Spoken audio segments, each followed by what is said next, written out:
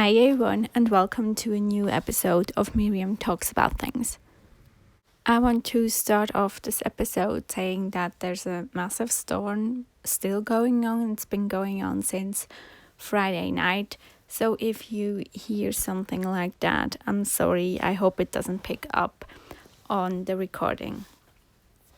But this episode I just want to use to talk about what I've been consuming recently, and with that I first want to start off with a channel recommendation, which I actually have no place at all in recommending because she is way bigger than I am, and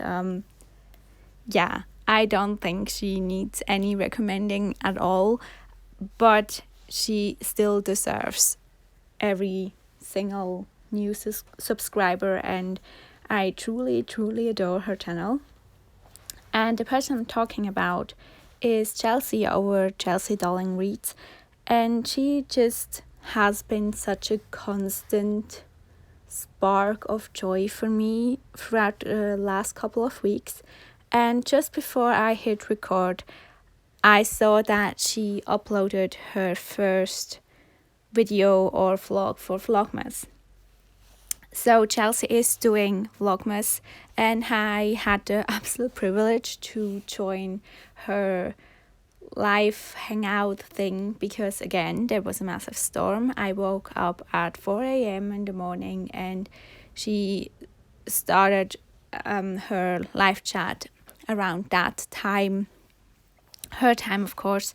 So I joined that and she sort of talked about that, and that chat really benefited myself and how I see my content here, because if I'm honest, I am kind of struggling because I do feel like that ever since I switched format, I have lost a little bit of the engagement I used to have, and views stagnate and subscribers stagnate. But on the other hand, I was never happier with my content than I am now. I absolutely adore doing especially this podcast, Miriam Talks About Things.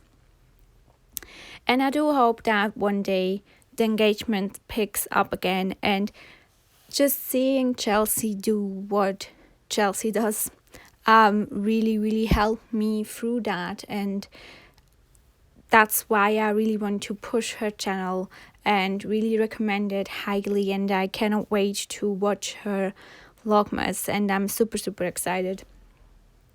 I very much look forward to that. So if you are into the Vlogmas content, please be sure to check out hers if you are not already subscribed to her channel, which if not, what are you doing? You really have to. So yeah, that's sort of my recommendation of the week based on like YouTube channels that I'm watching.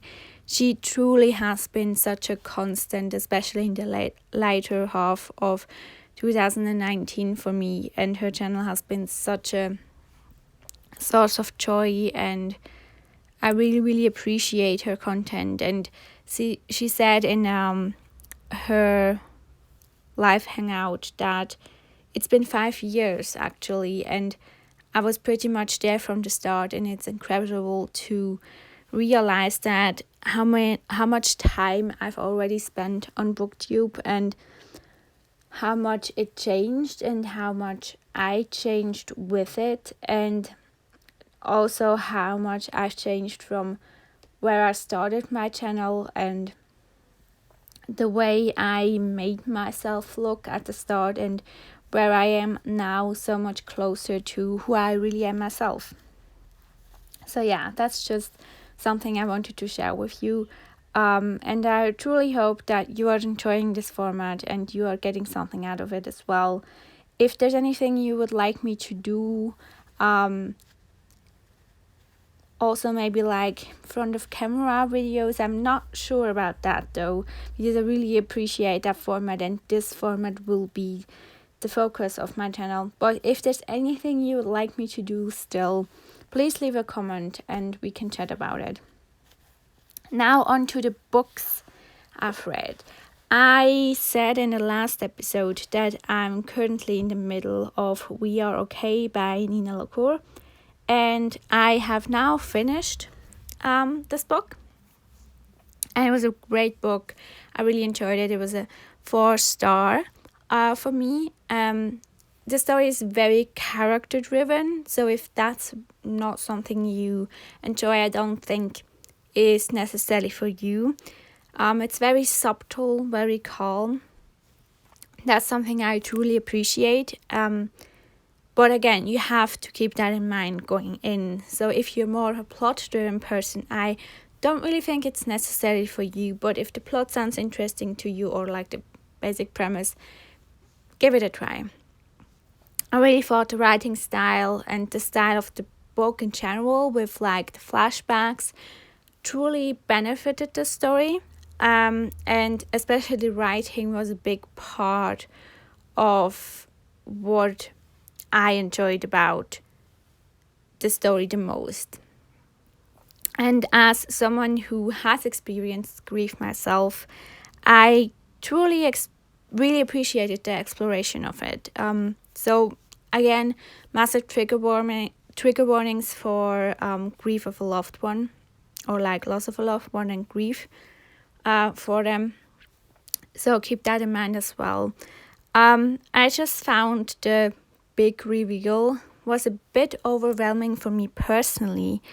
On one hand, I sort of understood Marian's confusion, the main character's confusion and anger, but I also sort of had a hard time understanding the severity of her action, and I think the story would have benefited from it being explored a bit more and trying to understand the other side of that story as well.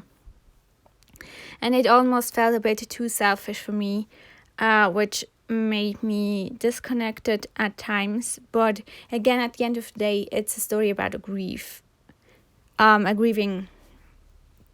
person, and I think grief has so many ways of showing itself, so I don't really want to judge that either. I especially really appreciated the end of the novel because I really think it is fitting and is truly what Marian deserves as a character. So I would highly recommend this book. I really enjoyed it, and if you consider picking it up, do so. Then I also said that I'm planning to read Frostheart by Jamie Litter. I did pick it up and I did already finish it, and it was an absolute blast. I gave it 5 stars. I don't think you could give it anything below a 4.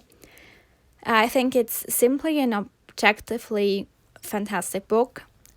The world building is incredible. I think it's sort of, if you want to describe it, I think my friend Matthew said it greatly when he said it's sort of a mix between Frozen and Moana. So if you're into that, consider it. The world building is incredibly rich and detailed and fantastic to explore. We learn so much. We are literally thrown into action, but we still learn slowly and with the characters, and there's still so much to explore in the next book in this series, I'm guessing. The characters are absolutely precious, yet they are also flawed in a very realistic way. All of them sort of fail at one point, but they learn from that, and the most important thing, I think, is that they learn from it together. And there are really great messages told in this story. It's not always an easy read, but it still happens to be funny at times, and I really like that balance. Absolutely love the dynamics between different characters and how we as a reader are showed all of them, and some start off easy, some start off difficult, and I really, really enjoyed exploring that, and I cannot wait for book 2 in this series, which we hopefully get very soon. Then in between that, I got lent a little book by a dear friend from university, and it's a German book published almost like, I think, independently by an author, a Swiss author, and that is called Harte Zeiten für Träumer by Adina. And we sort of started talking about the concept of an old soul in a young body, and I sort of told her that I feel like I'm just an old soul trapped in a young body, and she mentioned that she recently read a book about that and sort of exploring that concept and different messages about life and all that. And then she surprised me on Thursday when we had class and brought it for me so I can read it over the weekend, which is what I did immediately on Friday when I had some time. And I think it's best described as a mix of Max Porter and Melissa Broder. So if you are able to speak German and that sounds interesting to you at all, I would highly recommend it. A lot of it really resonated with me, not just like the old soul in a young body part, but a lot of it really resonated with me, even at times when I felt like I was a bit distant toward the narrator, but it's just sort of a kind of thing where you don't share the exact experience, and that's sort of, in that writing style, felt a bit distant, but I think that was also done on purpose, so I really enjoyed that. I really loved the writing style again. It reminded me a lot of Max Porter and Melissa Broder. The format of the book worked perfectly with that writing style and what it was trying to do, and it just left me with that feeling of making me super happy to know that we have so many talented voices lined up in the Swiss literature scene. And I will definitely get myself a copy and annotate it, because I couldn't annotate it because I lent it out, which was an interesting experience. But yeah, funny enough, am craving a lot of poetry and graphic novels lately, and I am at 94 books. So that's very convenient that I'm craving those things, because that might mean that I'm able to reach or surpass, depending on how much of that I'm reading, 100 books read in a year, which is incredible. I'm currently in the middle or like at the start of a poetry collection called Dear Future Boyfriend by Cristin Aptowicz. And I'm really, really loving it. I was not expecting to love it as much. I was sure I would love it because I highly enjoyed her first the first poetry collection I've read by her, called Harte, if I remember correctly. But this one just really, really hit me with the first 3 poems, and I really, really enjoy what I've read so far, and I cannot wait to finish it this evening after I did some studying for my finals. So yeah, that's sort of it. Be sure to go check out Vlogmas from Chelsea. Be sure to let me know what you have read recently. What are your end of the year plans in regards of reading? Are you trying to catch up with your Goodreads goal? Are you taking it slowly? Have you already passed your Goodreads goal? Mine was, I think, 50, and I'm definitely past 50 books by now, which is just incredible and so great. Especially because I've read some incredible books in this year. And yeah, just let me know what your plans are. Again, let me know anything you would like to see in the future. And I do hope you're enjoying this. I certainly am. And I thank you for listening, and we'll talk to you in the next one. Bye.